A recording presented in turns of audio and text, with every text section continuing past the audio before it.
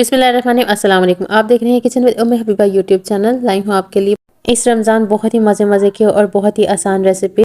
Fast food के साथ साथ ट्रेडिशनल रेसिपीज़ की ऑल वैरायटी हमारी चैनल पे आपको मिल जाएगी। बहुत ही आसान और बहुत ही सादा अंदाज में बहुत ही मज़े के खाने सिखाती हूँ मैं अपने चैनल पे आपको। मेरे चैनल को ज़रूर विज़िट कीजिएगा और सब्सक्राइब कीजिएगा और शेयर कीजिएगा ऐसे बहुत ज़्यादा अपने फ्रेंड्स एंड फैमिली के साथ।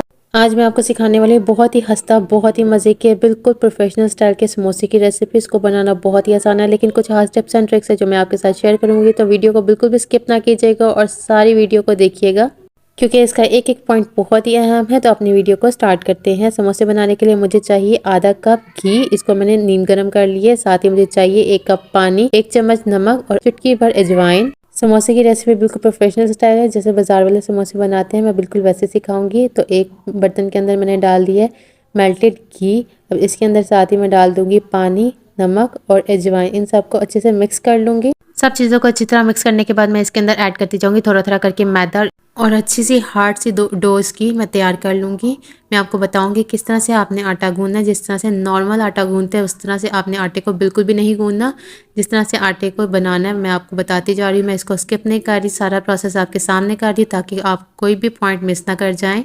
पूरे प्रोसेस में तकरीबन 2 कप मैदा मैंने इस्तेमाल किया। थोड़ा थोड़ा करके मैं ऐड करती जा रही हूँ। इसको हाथ की मदद से इस तरह से गूंदूंगी। जब ये एक डो की फॉर्म में आ जाए फिर आपने इसको हाथ की मदद से इस तरह से तोड़ तोड़ के आपस में मिलाना है और खुश्क आटे के अंदर मिक्स करते जाना है। आहिस्ता आहिस्ता आपका सारा खुश्क आटा जो है वो इसके अंदर मिक्स हो जाएगा। इस तरह ही आपने इसको बनाना है, तोड़ तोड़ के इसको बनाना है। जैसे नॉर्मल आटा गूंदते हैं उस तरह से आपने नहीं गूंदना।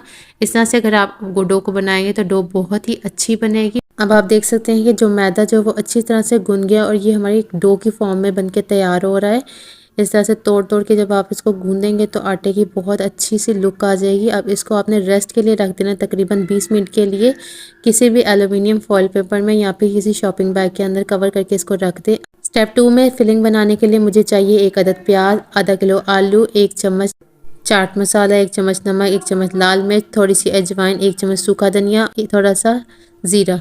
अब एक पैन के अंदर 2 टेबलस्पून मैंने ऑयल ले लिया। अब इसके अंदर मैं डाल दूंगी चॉप किया हुआ प्याज और इसको तकरीबन 2 मिनट के लिए फ्राई करूंगी। थोड़ा सा हल्का सा इसको सोते करूंगी और फिर इसके अंदर मैं डाल दूंगी अपने तमाम खुश्क मसाले ऐड कर दूंगी इसके अंदर और इसको फ्राई करूंगी। साथ ही हरी मिर्ची भी मैंने इसके अंदर ऐड कर दी है। 2 मिनट सारे मसाले को फ्राई करने के बाद इसमें मैं बारीक कटे हुए आलू डाल दूंगी। ये बॉयल आलू है और इसको इस तरह से चम्मच से थोड़ा थोड़ा मैश करूंगी। इसको अच्छी तरह से आपने मैश नहीं करना, थोड़े मोटे मोटे आलू रहने देने और इसको फ्राई करेंगे तकरीबन 2 मिनट के लिए। फिर इसको उतार लेंगे हरा धनिया डालने के बाद। जब तक हमारी फिलिंग ठंडी होती है हम अपनी पट्टियाँ जो है वो तैयार कर लेते हैं।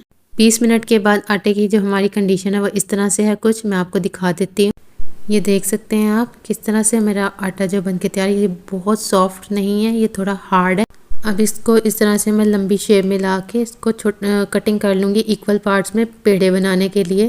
कट करने के बाद एक एक पेड़े को आपने इस तरह से प्रेस करके रखते जाना है। फिर एक एक टिक्की को लेके आपने मैदा लगा के उसको बेजवी शेप में, बिल्कुल गोल नहीं आपने इसको बेलना, लंबी शेप में थोड़ा सा इसको बेल लेना है। सारी पट्टियों को इस तरह से बेल बेल के रखते जाना है। अब सारी पट्टियों को आपने इकट्ठा से रख के इसको इस तरह से कट कर लेना है और फिर अब समोसे की हम फिलिंग करेंगे। फिलिंग करने के लिए आपने इसमें थोड़ा सा पानी लगा लेना, फिलिंग करके इसको रखते जाना और फिर आपने इसको कर लेना फ्राई। तेल को अच्छे से गर्म करके फिर आपने इसको मीडियम फ्लेम पे कर देना और फिर समोसे डाल के आपने इसको फ्राई कर देना। तेज़ फ्लेम पे आपने इसको फ्राई नहीं करना है। इससे क्या होगा, आपके समोसे बाहर से अच्छा कलर आ जाएगा लेकिन अंदर से वो कच्चे रह जाएंगे।